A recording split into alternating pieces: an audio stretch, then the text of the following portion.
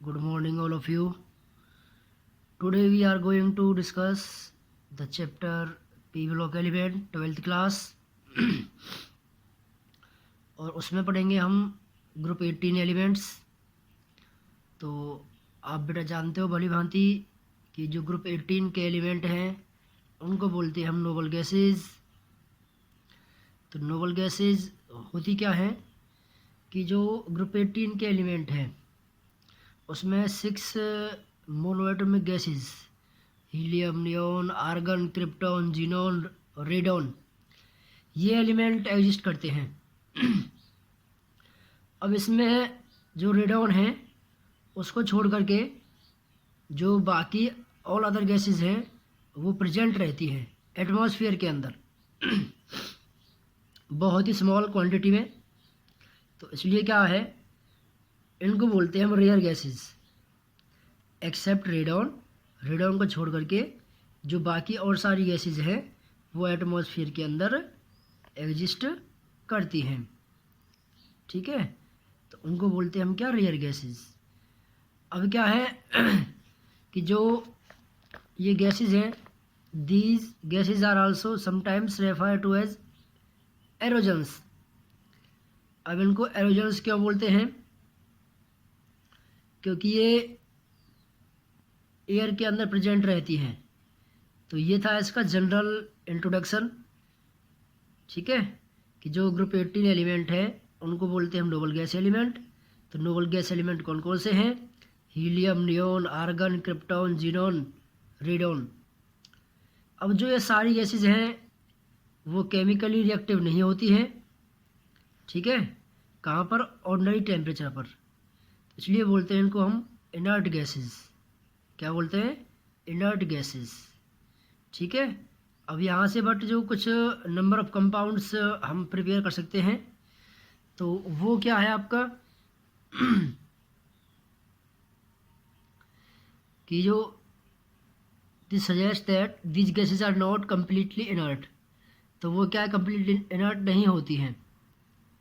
ठीक है, तो अब क्या है इसकी जो नोबल गैसेस है उनको अगर हम नोबल जो नोबल मेटल्स हैं उनके साथ रिएक्ट करवाएंगे, जैसे कि आपका गोल्ड है, प्लेटिनम है, तो वो क्या करता है कि वो कंप्लीट इनर्टनेस होने से उसको रिएक्ट करता है। ठीक है, तो ये था इसका जनरल इलेक्ट्रॉनिक कॉन्फ़िगरेशन। अब जो ये गैसेस हैं नोबल गैसेस एटमॉस्फेयर के अंदर कैसे कैसे एग्जिस्ट करती हैं। देखो, जो रेडियो एक्टिव एलिमेंट आपका रेडॉन है उसको छोड़ करके बाकी जितनी भी गैसेस हैं वो एटमॉस्फेयर के अंदर रहती हैं। अब जो ड्राई एयर में उनका जो टोटल परसेंटेज है वो 1% है बाय वॉल्यूम, जैसे आर्गन है। ठीक है, तो ये सारी क्या हैं आपके इसकी अकरेंस है। जैसे अब हीलियम है, helium is also present in the natural gas. ये क्या करती है, जो हीलियम वो नेचुरल गैस के अंदर भी एग्जिस्ट करती है। ठीक है, तो ये क्या है इसकी। अब देखो, जो नोबल ये जो रेडियो एक्टिव एलिमेंट है उनकी आप जानते हो लाइफ टाइम बहुत कम होता है। ये बताया होगा मैंने पहले भी आपको। शॉर्ट टाइम के लिए होते हैं ये रेडियो एक्टिव एलिमेंट जो होते हैं, तो इस बात का आप ध्यान रखें। तो ये थी इसकी अकरेंस। अब देखते हैं इसका जो इलेक्ट्रॉनिक कॉन्फ़िगरेशन क्या होता है नोबल गैस एलिमेंट का। आप जानते हो कि जो जनरल इलेक्ट्रॉनिक कॉन्फ़िगरेशन है वो क्या है इसका, वो NH2NP6 है, NH2NP6। ठीक है, एक्सेप्ट हीलियम। हीलियम में क्या है आपके पास 2 इलेक्ट्रॉन है बस। तो इन सभी गैसेस में क्या होता है, स्टेबल होती हैं और अपना ऑक्टेट पूरा करती हैं। तो उनमें क्या है, सभी में 8 होंगे वैलेंस शेल में इलेक्ट्रॉन, एक्सेप्ट हीलियम। हीलियम में 2 हैं बस। ठीक है, आउटर सेल में नियॉन बाकी जितने भी हैं सब में 8 है। 2s2 2p6, 3s2 3p6, 4s2 4p6 सभी में आप चेक करोगे तो ये क्या है इनकी इलेक्ट्रॉनिक कॉन्फ़िगरेशन। एटॉमिक नंबर का हीलियम का 2, नियॉन का 10, आर्गन 18, क्रिप्टॉन 36, 54 और 86। तो उसके अकॉर्डिंग इसका हम इलेक्ट्रॉनिक कॉन्फ़िगरेशन राइट कर देंगे। और अगर आपको नोबल गैस एलिमेंट के फॉर्म में लिखना है तो आप इसको अब ऐसे राइट कर सकते हो।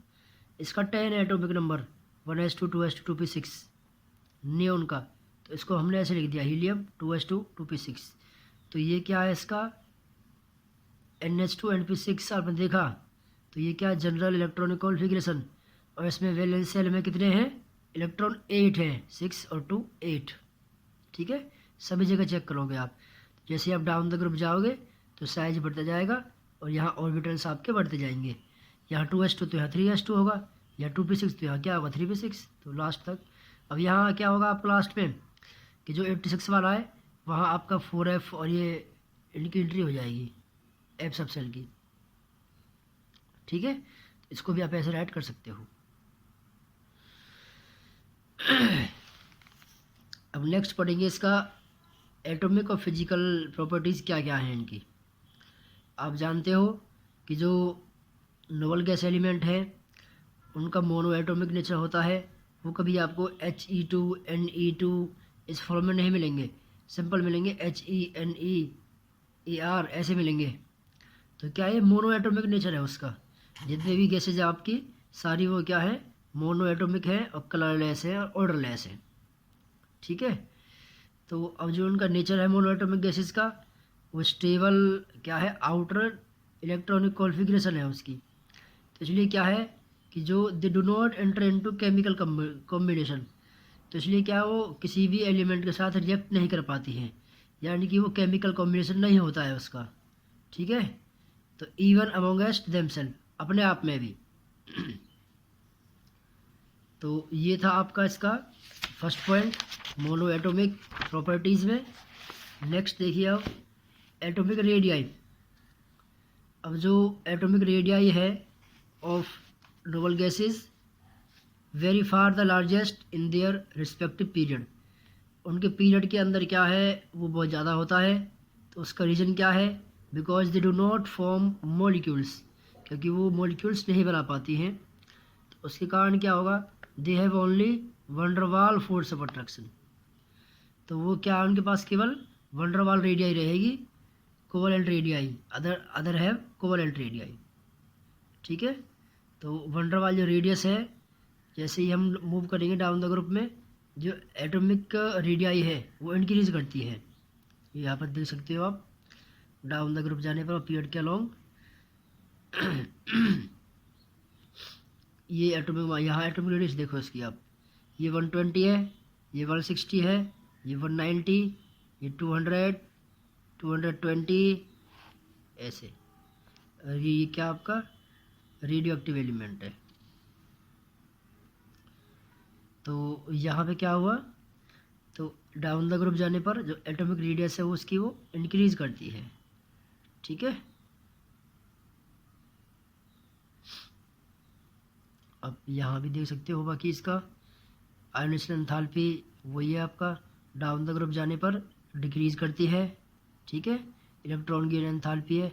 अब देखो ये गेन क्या करेगा आउटर मोस्ट इसका पूरा भरा हुआ है तो वो गेन तो नहीं करेगा इलेक्ट्रॉन्स।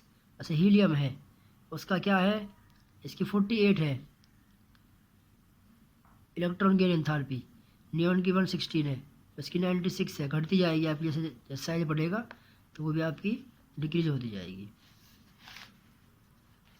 ठीक है, तो बाकी तो कुछ इसके कॉमन पॉइंट है कि भाई आयोनेशन एंथैल्पी है नोबल गैस की वो हाईएस्ट होती है किसमें पीरियड के अंदर अलोंग देयर पीरियड, क्योंकि they have the stable electronic configuration उसकी वजह से। तो जैसे ही हम move the down the group करेंगे तो जो आयोनेशन एंथैल्पी है वो आपकी डिक्रीज करती है। ठीक है, corresponding increase in the atomic radii. समझ गए। तो जो आयोनेशन एंथैल्पी है वो डाउन द ग्रुप जाने पर डिक्रीज करेगी, अलोंग द पीरियड में तो क्या है सबसे ज़्यादा होती है इसकी आयोनेशन एंथैल्पी। ठीक है, क्योंकि उसकी क्या है स्टेबल इलेक्ट्रॉनिक कॉन्फ़िगरेशन है इसके कारण। अब करेंगे इसके बाद इलेक्ट्रॉन गेन एंथैल्पी की। जो नोबल गैसेज है वो कम्प्लीटली फील्ड है उसका सब सेल सारे, ठीक है। तो वहाँ पर क्या है कि जो कोई भी जो वैलेंस से ऑर्बिटल है उसके अंदर कोई भी एक्स्ट्रा एडिशनल इलेक्ट्रॉन्स को हम नहीं रख सकते उसके अंदर, ठीक है। तो ये रहा, in other words energy has to be supplied to add an additional electron. अगर हमको कोई एडिशनल इलेक्ट्रॉन ऐड करवाना है तो वहाँ पर हमको एक अलग से एनर्जी देनी पड़ती है, ठीक है। तो gain enthalpy of noble gases is positive, तो वो क्या हो जाएगी, पॉजिटिव हो जाएगी उसकी। तो जैसे ही हम डाउन द ग्रुप मूव करेंगे size of the atom increase करता है। तो इसका कारण क्या है, tendency to accept an additional electron decrease. Electron को एक्सेप्ट करने की जो टेंडेंसी है वो घटेगी इसकी, hence the electron gain enthalpy decreases from neon to radon. Electron gain enthalpy की बात कर रहे हैं। तो ये थे इसकी क्या, जो नोबल गैस एलिमेंट है उनकी इलेक्ट्रॉन गेन एंथैल्पी और आयनेशन एंथैल्पी। और बाकी आप जानते हो जो melting and boiling point of noble gases का वो लो होता है, क्योंकि उसमें वीक वंडरवाल फोर्स होती है एटम्स के बीच में, ठीक है। तो क्या attraction both in liquid as well as in solid state. तो लिक्विड और वो क्या है, सॉलिड स्टेट में आपका अट्रैक्शन वीक होती है थोड़ी सी। तो उससे क्या, जैसे हम मूव करेंगे डाउन द ग्रुप जाने पर, तो मेल्टिंग और बॉइलिंग पॉइंट जो एलिमेंट्स का वो रेगुलर इंक्रीज करता है ड्यू टू कॉरस्पॉन्डिंग जो मास बढ़ेगा उसका, उसी वजह से van der Waals force of attraction as the size of the atom increase. तो वो ये तो रेगुलर इंक्रीज करेगा डाउन द ग्रुप में, और जैसे ही हम अलॉन्ग द पीरियड बात करेंगे तो वहाँ डिक्रीज करेगा वंडरवाल फोर्स ऑफ अट्रैक्शन के कारण।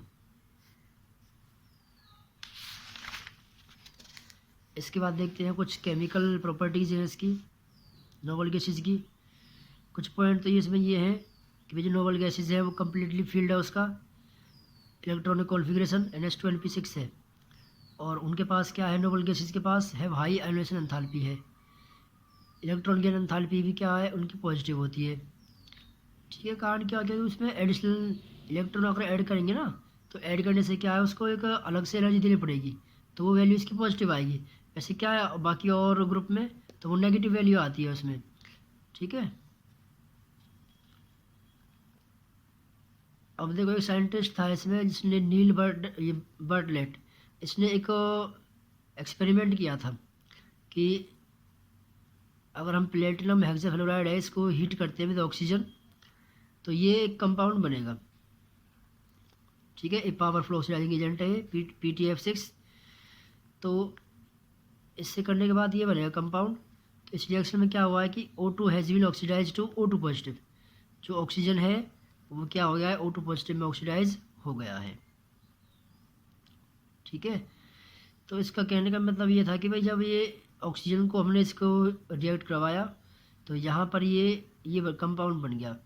तो अब ऑक्सीजन और जो जीनोन है उसकी एनर्जी की दोनों की सेम होती है आयनेशन एंथैल्पी। जीनोन की है 1170 किलो जूल पर मोल है, अगर ये भी क्या ऑक्सीजन के वेरी क्लोज होती है 1175। तो जब ऑक्सीजन से कंपाउंड बना है तो इससे बनना चाहिए, तो इससे कंपाउंड बनेगा Xe plus PTF6 Xe PTF6 negative. तो यहाँ से इस साइंटिस्ट ने बहुत सारे कंपाउंड डिस्कवर कर लिए कि भाई इससे कंपाउंड बन सकते हैं जीनोन से। तो इसलिए क्या है, तो इससे बहुत सारे कंपाउंड बनते हैं, फ्लोराइड्स ये वगैरह बनते हैं। तो देखो जैसे कि जीनोन फ्लोराइड है, अब कैसे कैसे बनाएंगे इसको, हम जीनोन को रिएक्ट करेंगे फ्लोरीन के साथ। यहाँ पर जीनोन क्या है, एक्सेस अमाउंट में है और 1 बार प्रेशर है आपका, तो ये कंपाउंड बनेगा XeF2। यहाँ से देख लो आप, ये तो आपका ये था, यहाँ अगर हम 1:5 लेते हैं तो ये बनेगा। तो मतलब बेसिकली क्या है कि आप ये डिपेंड करेगा नंबर ऑफ मॉलिक्यूल्स के ऊपर कि आप कैसे कैसे बना रहे हो, ठीक है। तो ये था सिंपल प्रोसेस, इसकी process how can you prepare xenon fluoride XeF2। ऐसे आप कुछ भी इसके कंपाउंड बना सकते हो। और तो जितने भी फ्लोराइड्स हैं आपके सारे कैसे होते हैं, कलरलेस क्रिस्टलाइंस होते हैं, ठीक है। तो ये था बच्चे कि how can you prepare XeF2। और XeF6 भी आप ला सकते हो, क्योंकि Xe प्लस 3F2 करेंगे यूज हम, तो ये बन जाएगा XeF6। बच्चे करेंगे Xe प्लस 2F2, तो क्या बन जाएगा XeF4।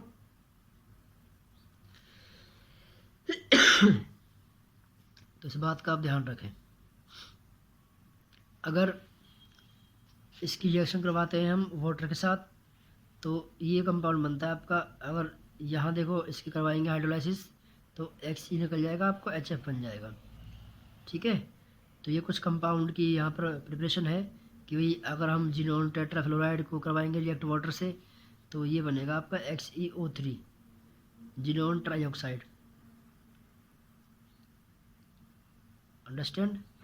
तो ये क्या है, जिनोन ऑक्साइड से, ये जिनोन ऑक्साइड XeO3, ये वाला कंपाउंड।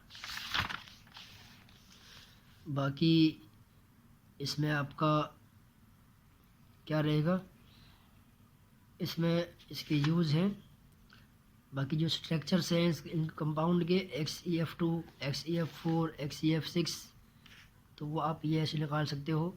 जैसे XeF2 है, total number of electron pair कितने हो गए यहाँ पे देखो, जिनोन में 8 होते हैं, फ्लोरीन में यहाँ पर 2 एटम अटैच है, इससे बाय डिवाइड करेंगे 2 से, तो 5 आ गया total number of electron pair. Number of bond pair कितने यहाँ पर, कितने एटम अटैच है फ्लोरीन से, तो 2 हो गए। लोन पेयर कितने हैं इसके पास, जितना यहाँ पर आया 5 माइनस 2 कर देंगे, 2 आ जाएगा। ये बॉन्ड पेयर हैं। ठीक है, total number of electron pair से वो दोनों के ऐड करेंगे हम, तब निकलेगा। तो बॉन्ड पेयर कितने आए आपके पास, 2। लोन पेयर कितने आए, 2।